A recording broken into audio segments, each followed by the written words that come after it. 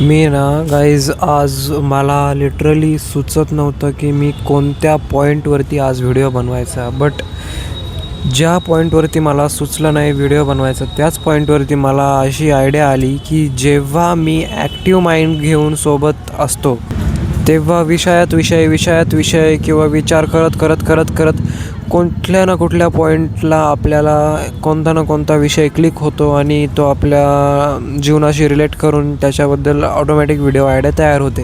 So what I learn from this is that active mind versus passive mind. I mean active mind ठेवणं हे फार गरजेचं आहे in today's world because humans are constantly evolving in very rapid pace right. तर त्या कॉम्पिटिशनमध्ये टिकण्यासाठी obvious आहे आपलं माइंड चित्त ठिकाण्यावर पाहिजे. इन शॉर्ट मला एवढं जर म्हणायचं असेल तर मी असं म्हणेल की तुम्ही टाळेवर राहा. म्हणजे म्हातारे माणसं वगैरे म्हणताना की काय टाळेवर आहे का नाही वगैरे एकदम रूड आपल्याला वाटतं ते.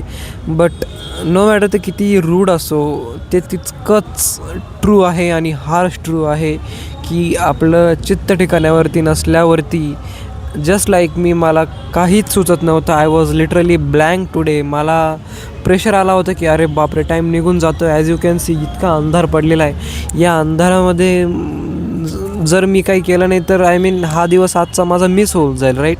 सो हा प्रेशर ठेवून मी माझ्या माइंडला विचार करायला फोर्स केला आणि जेव्हा मी फोर्स केला तेव्हा विषयामध्ये विषय निघत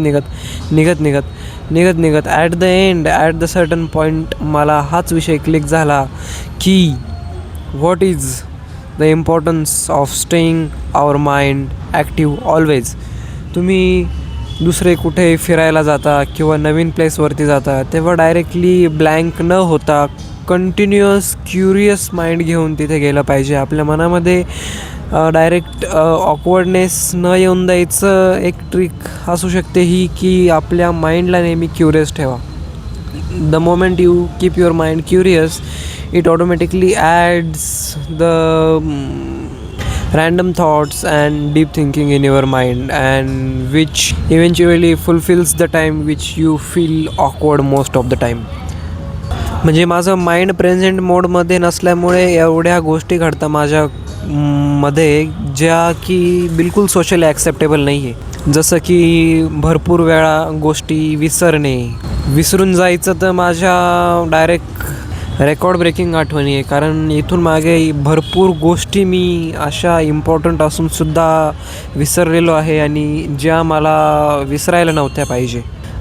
जसं की दरवेळेस चावी हरवणे किंवा दरवेळेस चावी कुठे ठेवली विसरणे, दरवेळेस घरातून निघताना काहीतरी पेन विसरणे किंवा समटाईम इवन मोबाईलसुद्धा विसरणे. म्हणजे विसरायची मला ही सवय मला ह्याच गोष्टीमुळे लागली की माझं माइंड मी ॲक्च्युली प्रेझेंटमध्ये जगत असूनसुद्धा माझं माइंड भलतीकडेच असायचं. आय मीन भलतीकडे असं नाही की मी फार डीप थिंकिंग वगैरे करायचो. नो, मी काहीच करत नसायचो. एकदम रँडम म्हणजे ना कुठला विचार ना काही, एकदम रँडम थॉट्स असे की ज्यांना काही व्हॅल्यू नाही आहे असे थॉट्स माझ्या माइंडमध्ये चालू असायचे. So I am realizing right now की त्याचं सोल्युशन हेच आहे. We have to always be aware, we have to always be in present moment. कारण प्रेझेंट मोमेंटमध्ये असल्यावरती आपल्याला चालू एन्व्हायरमेंटचं अवेअरनेस येते आणि चालू एन्व्हायरमेंटची अवेअरनेस आल्यावरती ती जी चालू मोमेंट ती आपण फुल्ली जगतो. So that's the power of being in present moment which you can also experience. That's it. Thank you.